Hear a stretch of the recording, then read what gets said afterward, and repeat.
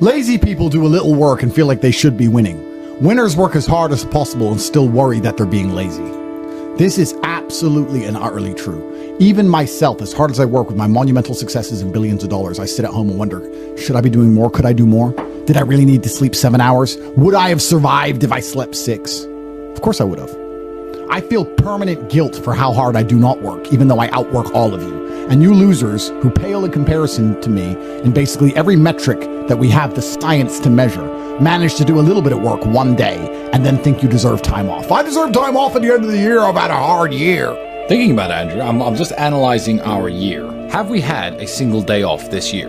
1,000 push-ups a day, push-ups, squats. Have we taken a single day off? Name one day where you haven't done any work in any realm this year. 0. I haven't had a single day off this entire year. Not one. There hasn't been a single day where I have worked 0 on the business, worked 0 on my body and my physicality, my strength, worked 0 on my fucking mind, worked 0 on anything. Just chill.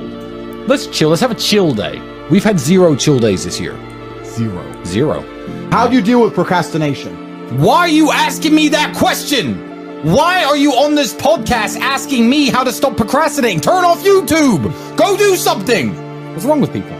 This is exactly what you were talking about asking a question where you already know the answer to. You know the answer is to stop doing things that waste your time and apply yourself to something important. Now, this may not be a waste of your time, but let me tell you, you're a dumbass, clearly. It's like Googling how to get fit, like you just said. Everyone knows what a push-up is. Do 10,000 of them a day. Stop wasting your time. You know, I've never had to deal with procrastination. I've never had to deal with not being motivated because what is the alternative? Literally, be a loser forever? I am sick of reading shit on the internet saying, yeah, you know, some people are special and they take longer to bloom and your time will come. Let me tell you something. 99.9% of people who are born broke, live broke, stay broke, die broke. That is the reality for almost everybody. You already know the answer. You don't need me to tell you. I can't stop myself working as a person who doesn't need money. And then there's people with no money who don't work. It blows my mind, which is why the winners are winners and the losers are losers. And it's almost like you can't save these people.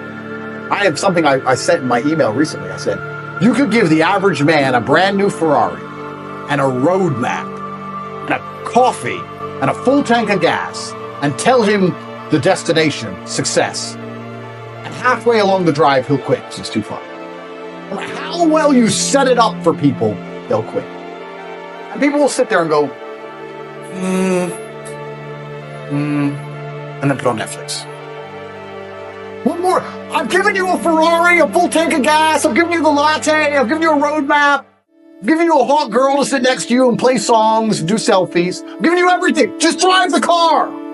No, yeah, it's far. I don't have motivation. Doop-de-doo. You're a loser. You are a loser. If you do not win, you lose. What do you call someone who loses? A loser. That is an underused word. Loser. My brother and I use it all the time. This person thinks this. He's a loser. What do you mean he's a loser? Look at him. He's a loser. He lost. Name a competition. I beat him at anything. Uno, marbles, a fight to the death. You name it. I'll decimate this loser.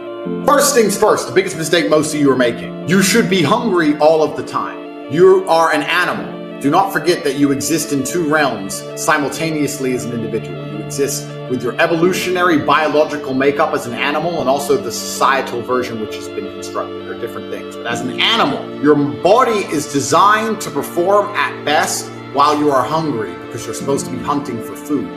If you're full of food, you're going to be lazy and lethargic. You should always be a little bit hungry.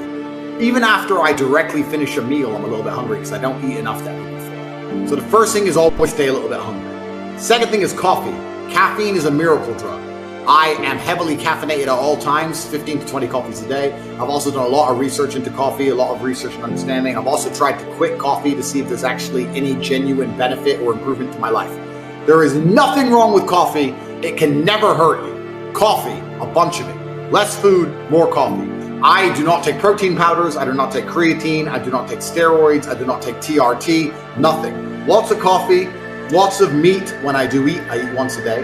If you stay a little bit hungry, eat a meat-heavy diet, lots of coffee, you will begin to work faster. I absolutely guarantee it. Do those things. Do those exact things. Stay hungry, drink coffee. Tell us the truth if you genuinely feel better, because I guarantee you do.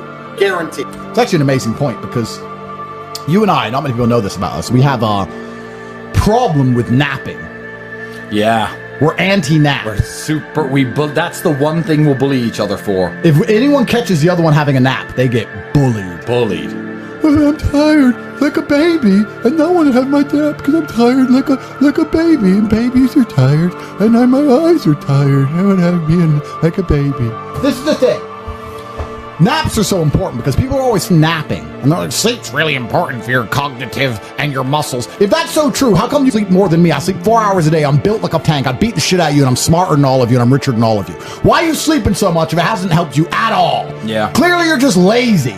And you think, oh, I'll just have a nap. How do you even sleep? I can't even sleep. I've got too many things in my mind, too many problems to solve. You're sitting there sleeping away like a loser. And you should bully all your friends for napping. Because you know who takes naps? Babies. Babies love naps.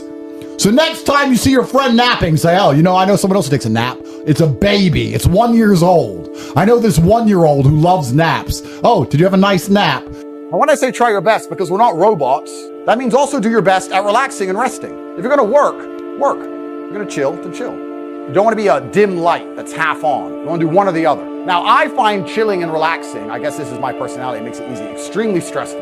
Then there's nothing more stressful for me than trying to not do my work. Because if I'm not doing my work, then I'm thinking about the work I'm supposed to do, and I'm more stressed than doing the work. So everyone goes, Andrew, you need to just chill. I'm like, that sounds terrible. That sounds like the most stressful situation to be in. So all I want to do is work. But if you're going to do something, you should be doing your absolute best at it. What's the point in doing anything if you're not going to do your best at it? And it's amazing how things can translate. If you do your best in one thing, it's not only the fact that the way you do one thing is the way you do everything, but if you do your best in one thing, it can radiate out across your entire life. That's the greatest thing about being a man. As a man, when you upgrade your life and you become a better man, by extension, you automatically improve the lives of all of your friends, of your woman, of your children, of your community, of your country. We radiate. It's amazing. But putting in that extra effort pays off, dividends. And you can look at it spiritually, you can be philosophical about it and say that God rewards people who try hard. That's how I like to see it. God is literally looking at all of us, no matter which God you believe in, and he's saying, all these people I've created, who's thankful? Because any one of us could have lost our eyesight to bacteria at age 2. Any one of us. We didn't. So saying, who's thankful enough for what they have that they're trying their absolute best with it all of the time? So if you do that, he's like, I like this guy. I like him. He's cool. Give him blessings. Give him something. It's amazing what comes your way. If someone were to say to me, Andrew, if you make an extra dollar, or if you throw an extra punch, endless blessings will come your way, it would be disingenuous for me to sit and say I couldn't do it. So I want you to actually think about what you've done your complete best at.